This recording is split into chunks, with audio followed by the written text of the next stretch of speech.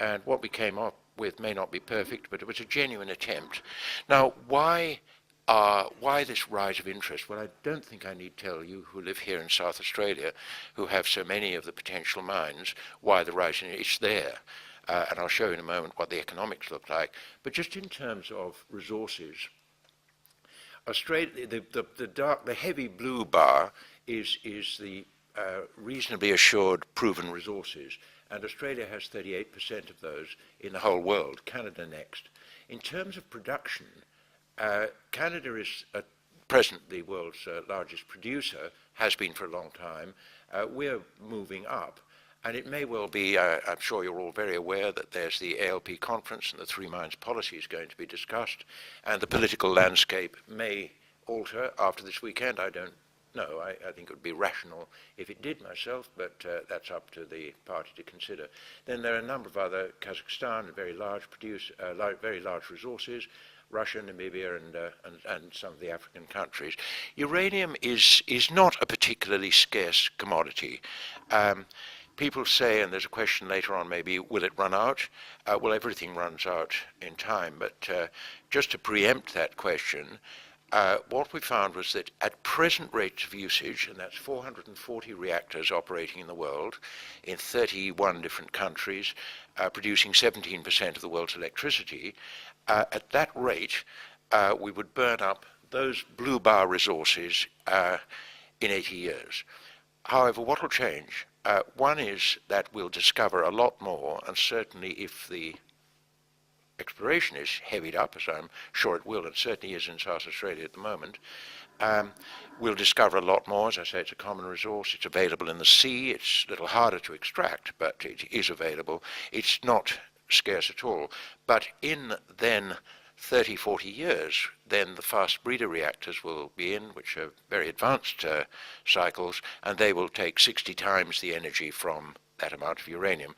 And then, of course, before that's even run its course, we'll be hopefully into the fusion technology, which is being trialed at the moment in France, and has always been about 10 years ahead of where we are. When I graduated from university, everyone said, fusion. Great, this is the great hope, but look, we're going to have to wait another 10 years. Now, this was 50 years ago that I graduated, and now the perception is it's probably about 50 years out. It's very complex physics. But look, it may get there. So that's the position on reserves, and that's where we're at the moment. Now, why is there all this salivation? Well, of course, market pressures, market pressures, are quite interesting. $10 a pound was the price about 5 or 6 or 7 years ago when, to be frank, the nuclear power industry was in, if not decline, it was certainly, there was certainly no new building going on. When we wrote the Umpner report, it was $60 a pound, and every time I give this talk, I go into the web the day before and pick up the latest price, currently $113 a pound, and I couldn't help but include here, I won't read them out to you, but some little gems that came off the website. Yes, uranium is very plentiful. I'm a realist, probably because I'm old, and I know very well that what goes up sometimes does come down, and certainly in mining exploration, so I'm not advocating all of you to rush out and buy uranium shares tomorrow. It may well have peaked, I have no idea, but I certainly wouldn't be going into that big time. So now, where are the deposits? As I say, Australia is very much the lucky country. We're now sitting down here, but and right near you are Olympic Dam and Beverley, and Honeymoon, of course, has been authorised, I believe, and they're working on it now, and Ranger up there, and a whole lot. The purples are the prospects. They're all very different. Ranger, I'll show you a picture of in a second, fairly conventional mining, crushing, processing. Olympic Dam, yes, those things do happen, but Olympic Dam is essentially a copper mine with a bit of uranium, so its economics are very different. Beverley, rather, and all of those around there are in situ leaching, where you send a leachant down underground, dissolve the uranium-bearing ore, bring it up to the surface, process it, and then return the leachate. Very interesting. It leaves a very small environmental footprint.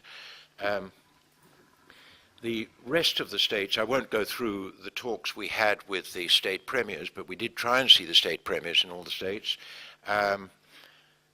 probably the most interesting one was Northern Territory, Claire Martin, realizing that the economy of her quite small state, or territory as it now is very dependent on uranium, but her counsel to us was, a very important one, was in no way to bypass the Aboriginal people, and she made that point very strongly, and we went to see the Aboriginal Land Council, and I share that view very strongly. Those people are very important. Quite a lot of them work in the mines, but after all, it is their land, and we cannot do bad things there. So that's that. Now, I said I'd show you a picture of uranium, and I've already told you of one of the jobs I did in my life, but that actually, there's the big diesel power station. I happened to be project manager for that, and that was about 30 years ago. But it's still working. It's a horrible thing, but it's a big diesel power station. Fairly conventional mining processing. That isn't yellowcake, that's sulfur for making sulfuric acid.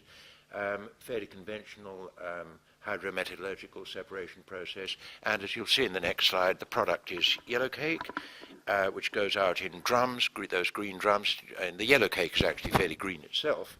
I don't mean green environmentally. It's in colour, it's dark green, taken by drum and put into fairly conventional shipping containers in the back. While it's not particularly nice stuff, you could run it through your fingers and you wouldn't do it yourself. It's mildly radioactive, but at this stage it's not especially dangerous. Uranium exports. Now this is quite an interesting thing. We export actually slightly higher, that figure, it's probably about $600 million worth, but compare that with our coal exports, which are 23 billion at the moment. That's coking coal and steaming coal. It is small beer in the export market.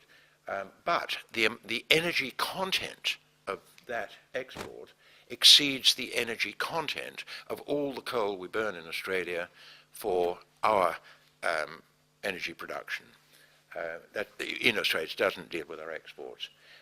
Could we make more money out of uranium? Yes, we could, through conversion and enrichment especially, and fuel fabrication.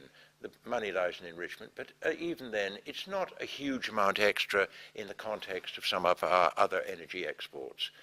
Challenges are very significant because we chose not to go down the nuclear path in the early 80s, and I think we perhaps could have done, and we might now be in a stronger position. But look, we can't look backwards. That's where we are, and I'll go now through the opportunities for us, and they're essentially business. First of all, conversion. This is basically a chemical engineering plant. It's here. I just showed this slide because this appears in our report. All of these pictures do, I think. Just so it sits in housing, fairly conventional area, sports boating and so forth. Security is reasonably high, but it's all run by human beings, not by robots, and people with rubber gloves, and they handle the stuff, and I'm just going to pass around what they make there. Maybe, Tony, I can put one this side and one that side. These are fuel pellets. Now, do not be troubled, because they're actually only fake. However, if they weren't fake, you still need not be troubled, because they have not been irradiated yet. I'll show you where the trouble comes later on, and it does, it's big time. But those are the pellets, and they are made in that plant almost like sausages. And then they're poked into fuel rods, which look like, sorry.